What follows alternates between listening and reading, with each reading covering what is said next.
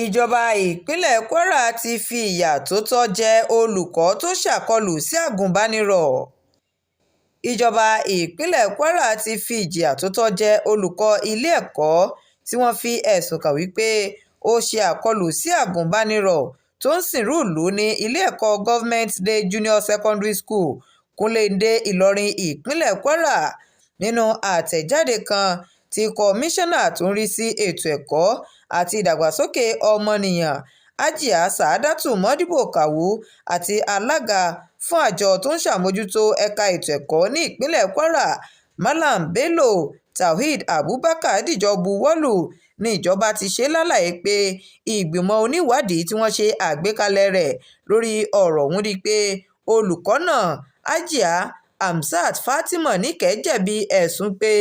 ó ń jà lẹ́nu iṣẹ́. bákan náà ló tún jẹ̀bi ẹ̀sùn wípé ó lo àwọn ọ̀rọ̀ àlùfàǹsá, àìtẹ̀lé àṣẹ àti àìbọ̀wọ̀ fún àmì ìdánimọ̀ orílẹ̀-èdè yìí léyìí tí aṣọ àgùnbánirọ̀ ọ̀hún dúró fún. ìwà tí olùkọ́ ọ̀hún hù ló tako òfin iṣẹ́ ìjọba tí wọ́n sì ti dá a padà sí ìpele kejì báyìí. bákan náà ni wọ́n tún ti gbé olùkọ́ ọ̀hún kúrò ní ilé ẹ̀kọ́ tó ti hu ìwà ìbàjẹ́ yìí tí wọ́n sì tún ní kó lọ fún ìdánilẹ́kọ̀ọ́ láti lọ gba ìmọ̀ràn sí i, pẹ̀lú àfikún pé ìjọba ìpínlẹ̀ kwara kò ní fi àyè gba irú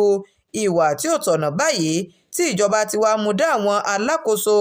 àjọ àgùnbánirọ̀ lójú pé irú rẹ̀ kò ní wáyé mọ́, tí wọ́n sì rọ àwọn olùkọ́ ìpínlẹ̀ kwara láti máa tẹ̀lé òfin ní gbogbo ìgbà nípa ṣíṣe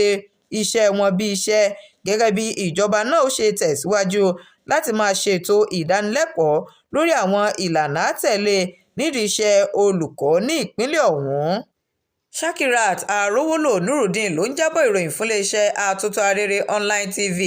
ẹ ṣeun tẹ́ ẹ ti